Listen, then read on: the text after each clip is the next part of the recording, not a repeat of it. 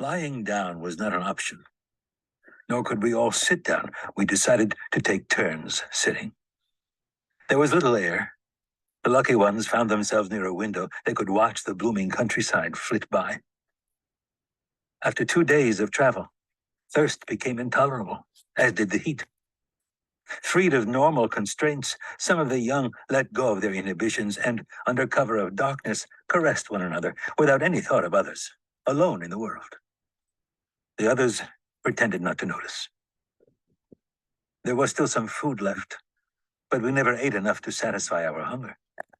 Our principle was to economize, to save for tomorrow. Tomorrow could be worse yet. The train stopped in Kashau, a small town on the Czechoslovakian border. We realized then that we were not staying in Hungary. Our eyes opened, too late. The door of the car slid aside. A German officer stepped in, accompanied by a Hungarian lieutenant, acting as his interpreter. From this moment on, you are under the authority of the German army. Anyone who still owns gold, silver, or watches must hand them over now. Anyone who will be found to have kept any of these will be shot on the spot. Secondly, anyone who is ill should report to the hospital car. That's all.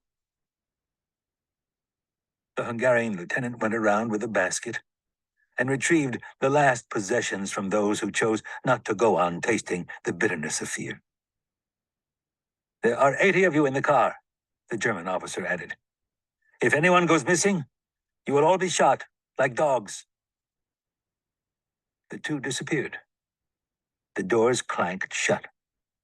We had fallen into the trap, up to our necks.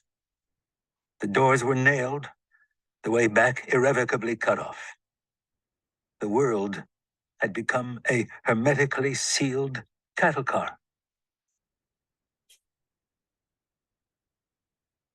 There was a woman among us, a certain Mrs. Schächter.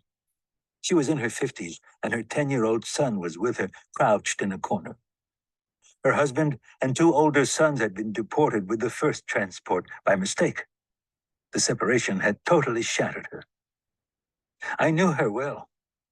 A quiet, tense woman with piercing eyes. She had been a frequent guest in our house. Her husband was a pious man who spent most of his days and nights in the house of study. It was she who supported the family. Mrs. Schächter had lost her mind. On the first day of the journey, she had already begun to moan. She kept asking why she had been separated from her family. Later, her sobs and screams became hysterical. On the 3rd night, as we were sleeping, some of us sitting, huddled against each other, some of us standing, a piercing cry broke the silence. Fire! I see a fire! I see a fire! There was a moment of panic. Who had screamed? It was Mrs. Schächter. Standing in the middle of the car, in the faint light filtering through the windows, she looked like a withered tree in a field of wheat. She was howling, pointing through the window. Look at this fire!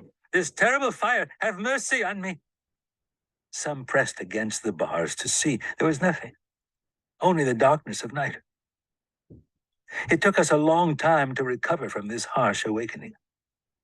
We were still trembling, and with every screech of the wheels, we felt the abyss opening beneath us.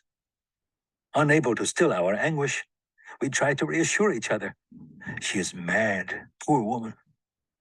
Someone had placed a damp rag on her forehead, but she nevertheless continued to scream, Fire! I see a fire! Her little boy was crying, clinging to her skirt, trying to hold her hand. It's nothing, Mother. There's nothing there. Please sit down. He pained me even more than did his mother's cries. Some of the women tried to calm her. You'll see, you'll find your husband and sons again in a few days. She continued to scream and sob fitfully. Jews, listen to me, she cried. I see a fire. I see flames, huge flames. It was as though she were possessed by some evil spirit. We tried to reason with her, more to calm ourselves, to catch our breath than to soothe her. She is hallucinating because she is thirsty, poor woman. That's why she speaks of flames devouring her. But it was all in vain. Our terror could no longer be contained. Our nerves had reached a breaking point. Our very skin was aching. It was as though madness had infected all of us. We gave up. A few young men forced her to sit down, then bound and gagged her. Silence fell again. The small boy sat next to his mother, crying. I started to breathe normally again as I listened to the rhythmic pounding of the wheels on the tracks as the train raced through the night. We could begin to doze again, to rest, to dream. And so, an hour or two passed. Another scream jolted us. The woman had broken free of her bonds and was shouting louder than before, "Look at the fire! Look at the flames! Flames everywhere!" Once again, the young men bound and gagged her. When they actually struck her, people shouted their approval. "Keep her quiet! Make that madwoman shut up! She's not the only one here!" She received several blows to the head, blows that could have been lethal. Her son was clinging desperately to her, not uttering a word. He was no longer crying. The night seemed endless. By daybreak, Mrs. Schächter had settled down. Crouching in her corner, her blank gaze fixed on some faraway place, she no longer saw us. She remained like that all day, mute, absent, alone in the midst of us. Toward evening, she began to shout again, "The fire, over there!" She was pointing somewhere in the distance, always the same place. No one felt like beating her anymore. The heat, the thirst, the stench, the lack of air were suffocating us.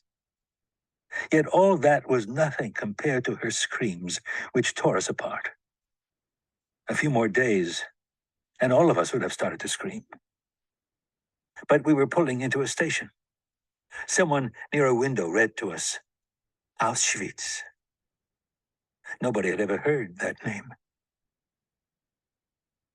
The train did not move again. The afternoon went by slowly. Then the doors of the wagon slid open. 2 men were given permission to fetch water. When they came back, they told us that they had learned, in exchange for a gold watch, that this was the final destination. We were to leave the train here. There was a labor camp on the site. The conditions were good. Families would not be separated. Only the young would work in the factories. The old and the sick would find work in the fields. Confidence soared. Suddenly, we felt free of the previous night's terror. We gave thanks to God. Mrs. Schächter remained huddled in her corner, mute, untouched by the optimism around her. Her little one was stroking her hand. Dusk began to fill the wagon. We ate what was left of our food. At 10 o'clock in the evening, we were all trying to find a position for a quick nap, and soon we were dozing. Suddenly, "Look at the fire! Look at the flames! Over there!" With a start, we awoke and rushed to the window yet again. We had believed her, if only for an instant. But there was nothing outside but darkness. We returned to our places, shame in our souls, but fear gnawing at us nevertheless. As she went on howling, she was struck again. Only with great difficulty did we succeed in quieting her down. The man in charge of our wagon called out to a German officer strolling down the platform, asking him to have the sick woman moved to a hospital car. "Patience," the German replied. "Patience. She'll be taken there soon."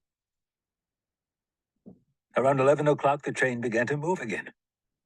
We pressed against the windows. The convoy was rolling slowly. A quarter of an hour later, it began to slow down even more. Through the windows, we saw barbed wire. We understood that this was the camp. We had forgotten Mrs. Schächter's existence.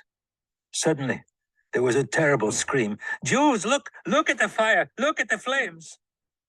And as the train stopped, this time we saw flames rising from a tall chimney into a black sky. Mrs. Schächter had fallen silent on her own. Mute again, indifferent, absent.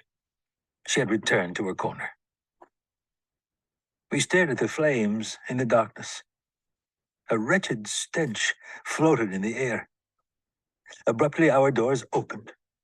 Strange-looking creatures dressed in striped jackets and black pants jumped into the wagon. Holding flashlights and sticks, they began to strike at us left and right, shouting, "Everybody out! Leave everything inside! Hurry up!" We jumped out. I glanced at Mrs. Schächter. Her little boy was still holding her hand. In front of us, those flames. In the air, the smell of burning flesh. It must have been around midnight. We had arrived in Birkenau.